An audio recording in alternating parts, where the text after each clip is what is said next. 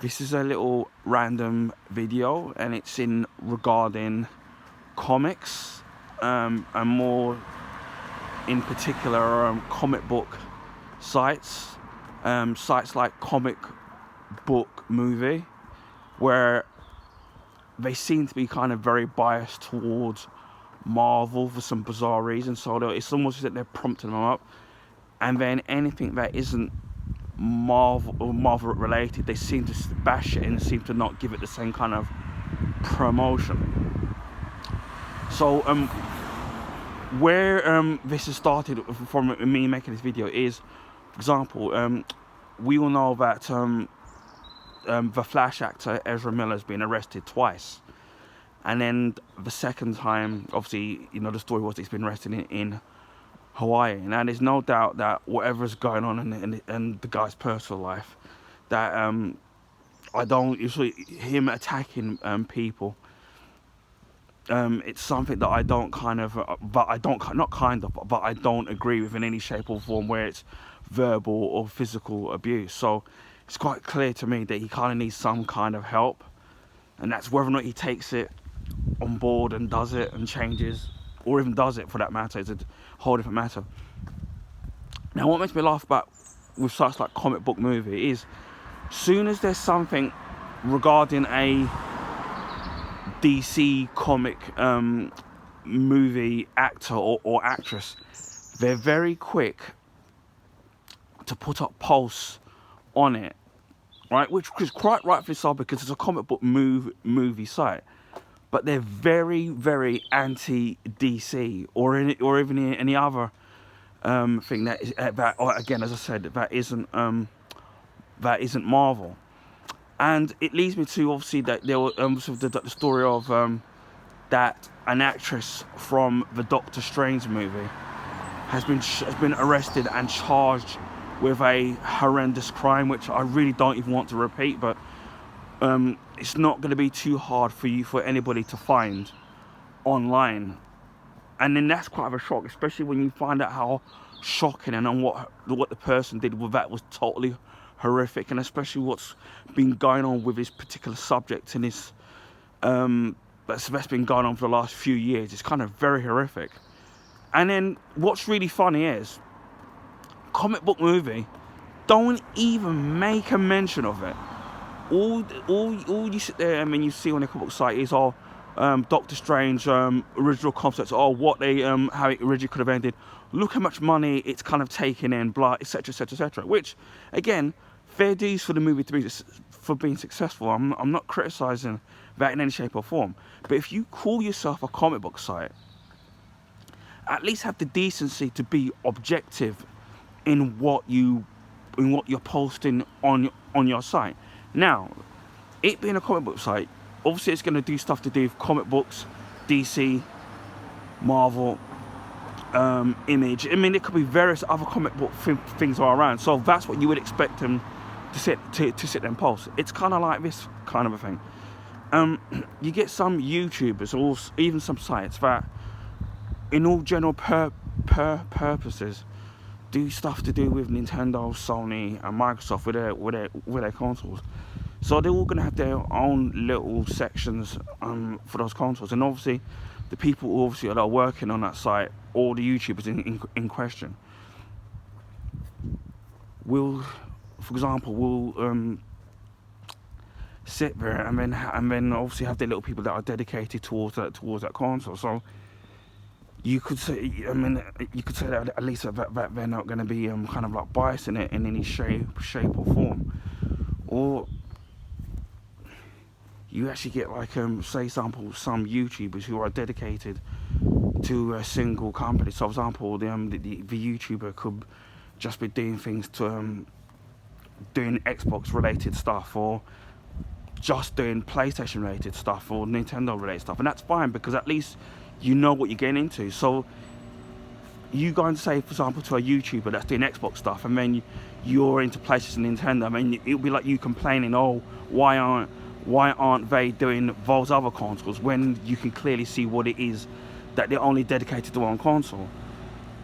And that's kind of fine, and that's kind of fine. Now, going back to the comic book movie and to what they do, they're always biased. Now, I'm not going to sit there and completely defend DC stroke Warner Bros. Because they have done a lot of cock-ups with their properties, or a lack of doing properties. Like, obviously, I could go on all day with the stuff that they've done, and especially in regards of, say, like Superman, where obviously that's your bread and butter, along with Batman. And you've got like the actor Henry Cavill, who's, to me, fits the part of being Superman, and they've done absolutely nothing with the Superman franchise. I don't know if it's because they're scared of knowing what to do with it, but that we could go on into for hours upon hours about what they should and shouldn't be doing. But as a site that you would think that is meant to be, calls itself a comic book site, and then just basically arse licks Marvel. I'm kind of really scratching my head as to why. I'm scratching my head as to why they do this. Now, I know, for example, about Marvel at the moment. Obviously, now is very popular. With their movies and TV shows, and I'm really happy for them that they've. There was a time when it wasn't fashionable to be a comic book fan of any shape or form, wearing t-shirts like I used to wear, and even friends of mine used to wear, and then people used to laugh and make fun of you because you were wearing like a Flash t-shirt or a Hulk t-shirt or anything, and then called you a geek. And obviously now it's all popular now, so I'm kind of happy now that now it's finally these comic books genres are getting the credit that they finally kind of deserve. And obviously, like in the recent times, Marvel's been a big part of this, of making it, putting forward the way of making it popular.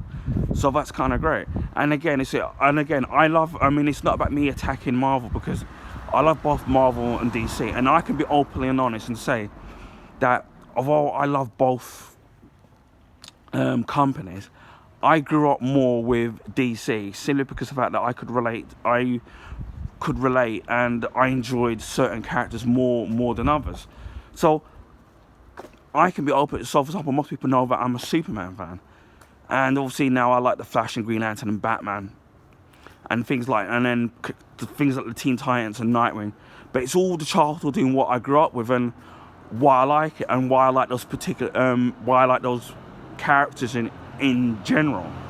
But at least I can be open and honest and say, you know what, I do like both companies, but I gravitate to one more because this is the reason why. Because my childhood, or certain things that resonate with me more. I'm being open and honest. A far cry from, say, comic book Marvel, who. Sorry, it's a little thing I keep calling them. I call them comic book movie, but I call them comic book Marvel on Twitter because obviously they're biased. But it's a far cry from them, who, to me, feels like they're only jumping on a bandwagon to do something because it's popular, and then they know it's going to get them the clicks and the views, rather than somebody who is genuinely a comic book fan, whether it's DC or Marvel, or even if they're just like one.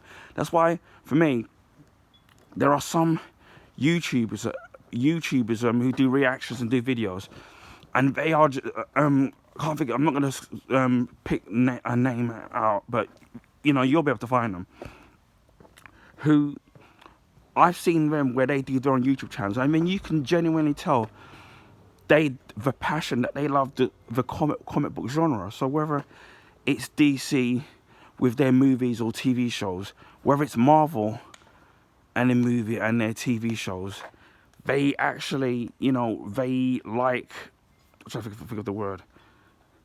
They like their stuff. But then also you get the negative side of it, where you get some of these right-wing YouTubers who obviously don't seem to like, and when it comes to comic book stuff, where they get a bit funny because they go on about politics in it, but then it's only because it doesn't follow their right-wing political ideology.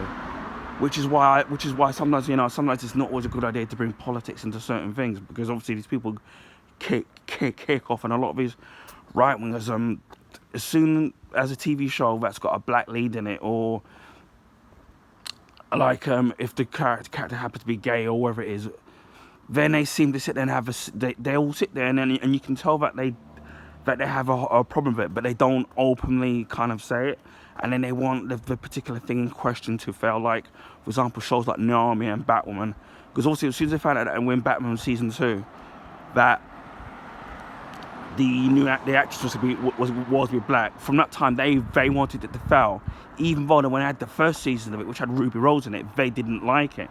Then they turn and go, oh, we like Ruby Rose now, which is a lie, because they're all slagging it off, rather than somebody, for me, who is genuinely a comic book fan and wants to see, whether it's DC or Marvel, TV shows or movies, actually succeed. And then it's like seeing these things on whether it's on the big screen or the small screen, and then you don't want, like, some of these people who are out there want these things to fail, whereas for me, I don't. Some shows are better than others. Some shows are great. Some shows, you know, they take time to pick up, or they need work. But generally speaking, you don't set yourself out to wanting the particular show or the movies to fail.